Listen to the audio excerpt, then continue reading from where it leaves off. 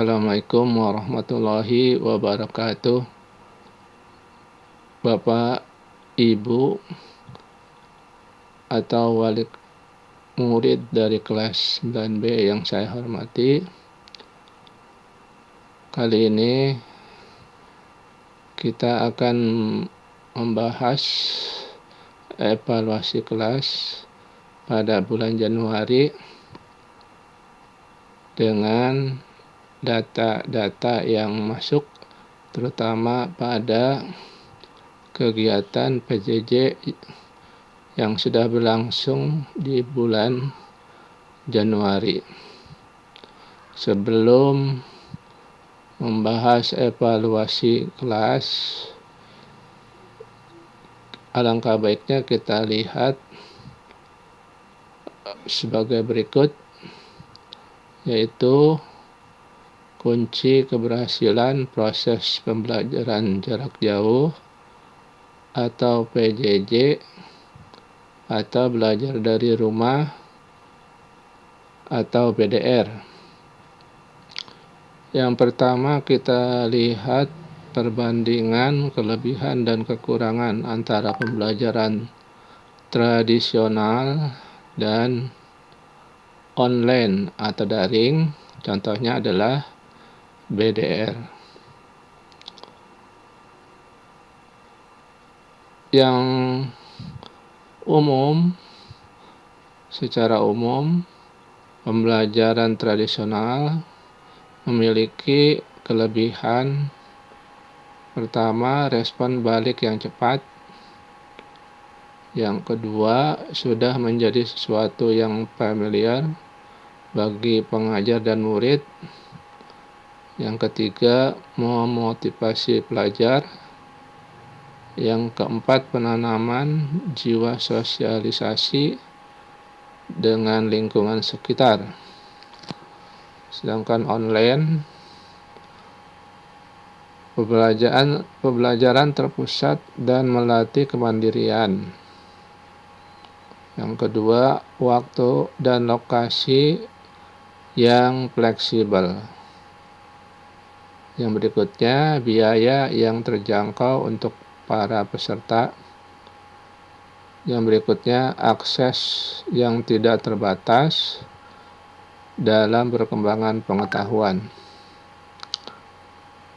Kekurangannya adalah pembelajaran tradisional terlalu bergantung kepada pengajar. Yang kedua, terbatas oleh waktu dan lokasi. 3, semakin hari biaya pembelajaran semakin mahal.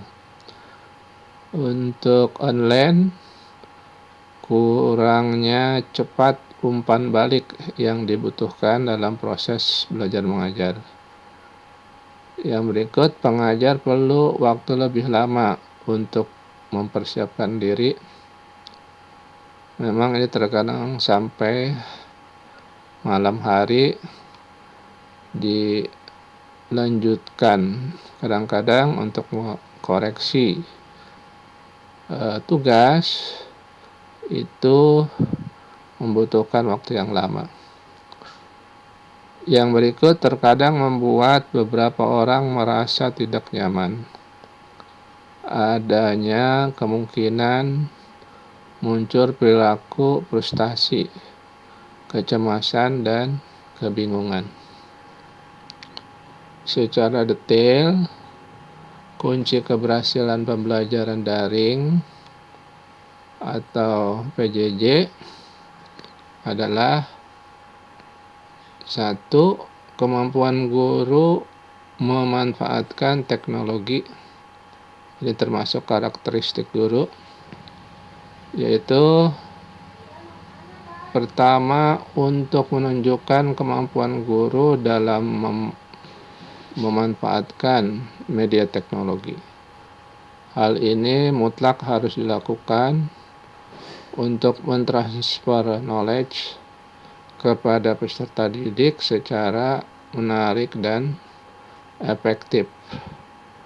Yang kedua, pembelajaran terencana dan efektif. Yang kedua ini menyajikan pembelajaran terencana dan efektif dalam keterbatasan waktu.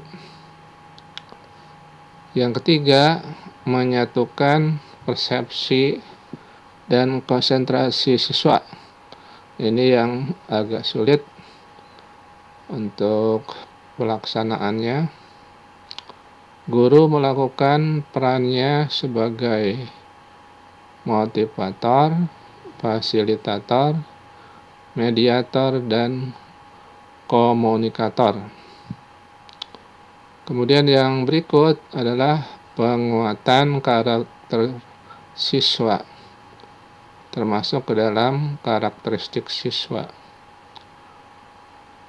Siswa didorong mampu beradaptasi dengan hal-hal yang baru, menjadi anak tangguh mengingat dalam kondisi masyarakat sedang diuji secara fisik dan mental akibat penyebaran wabah yang berdampak kepada pembelajaran siswa menjadi serba terbatas dalam berkomunikasi, berinteraksi, dan berkreasi. Yang kelima ini juga sangat menentukan keberhasilan PJJ ini adalah peran serta orang tua pada pembelajaran jarak jauh yang dibutuhkan kerjasama untuk meningkatkan hasil belajar siswa yang diharapkan. Paling tidak orang tua harus selalu memotivasi anak dalam hal pembelajaran, membantu memberi inspirasi kepada anak ketika sedang mengalami kesulitan belajar. Selanjutnya selalu menjadi pendorong serta penggerak semangat kepada anak agar kemampuan belajar yang dimiliki oleh anak dapat terus ditingkatkan. Mengingatkan kepada anak untuk selalu sabar dalam menghadapi kondisi pembelajaran pada saat ini dan meyakinkan kalau kondisi ini akan segera membaik seperti semula. Bapak, Ibu, atau wali murid kelas 9B, disinilah peran serta orang tua menentukan juga kedisiplinan anak dalam belajar.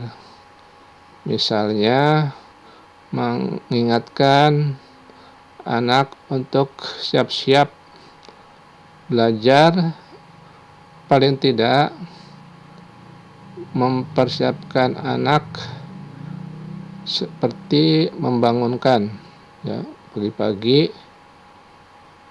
kemudian mengingatkan absensi, selanjutnya mengikuti PJJ yang sudah terjadwal dari sekolah.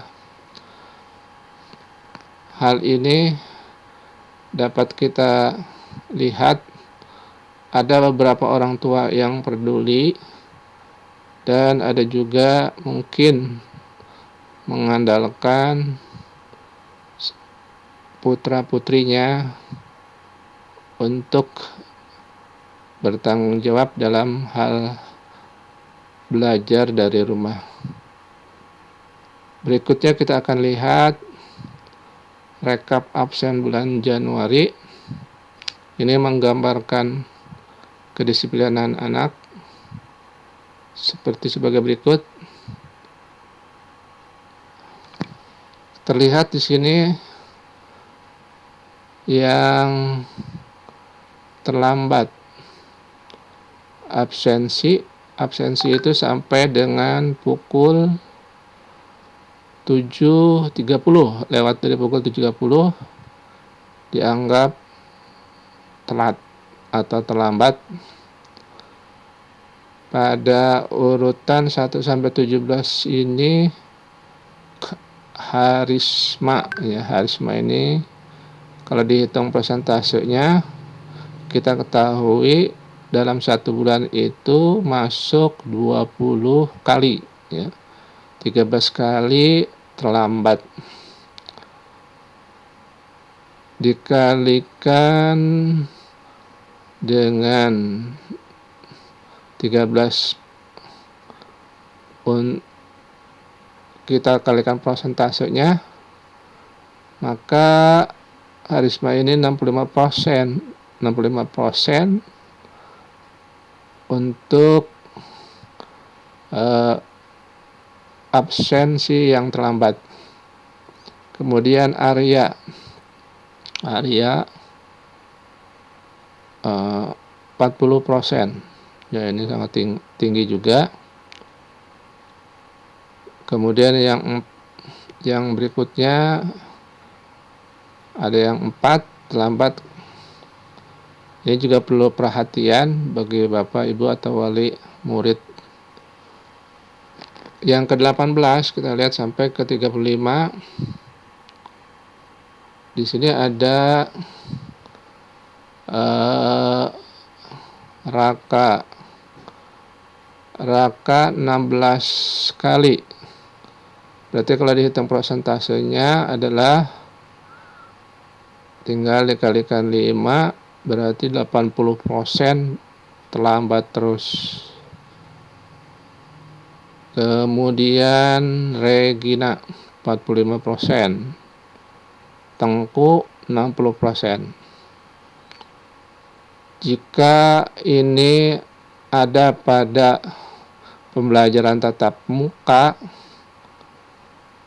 kemungkinan besar siswa seperti ini bisa diberikan sanksi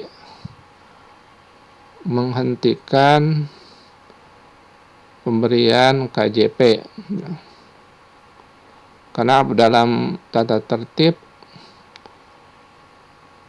jika siswa-siswi terlambat beberapa persen, ya, yaitu 10 kali, itu bisa dikenakan penghentian KJP. Karena kondisi kita seperti ini, kemungkinan ada pertimbangan-pertimbangan khusus. Tetapi ini bukan suatu alasan bagi Bapak, Ibu, atau wali murid yang diharapkan penuh untuk peran sertanya, bahkan jika perlu siswa dibantu dalam belajarnya. Kalau tidak bisa, ya paling minimal adalah mendisiplinkan anak dalam belajar, terutama pada persiapan, yaitu absensi. Selanjutnya diikuti dengan belajar dari rumah. Bagaimana dengan yang keterlambatan terlalu tinggi ini? Nanti akan dilayangkan surat perjanjian tidak akan mengulangi keterlambatan yang sudah ada ini. Pada awal-awal Februari, Raka ini pun seperti berulang kembali. Tengku juga sama, Harisma, ya. Ini selalu terlambat terus. Baik, sampai di sini saja dulu untuk evaluasinya. Saya mengharapkan ada perbaikan pada bulan Februari, selalu mengingatkan putra-putrinya untuk belajar dengan disiplin. Wassalamualaikum warahmatullahi wabarakatuh.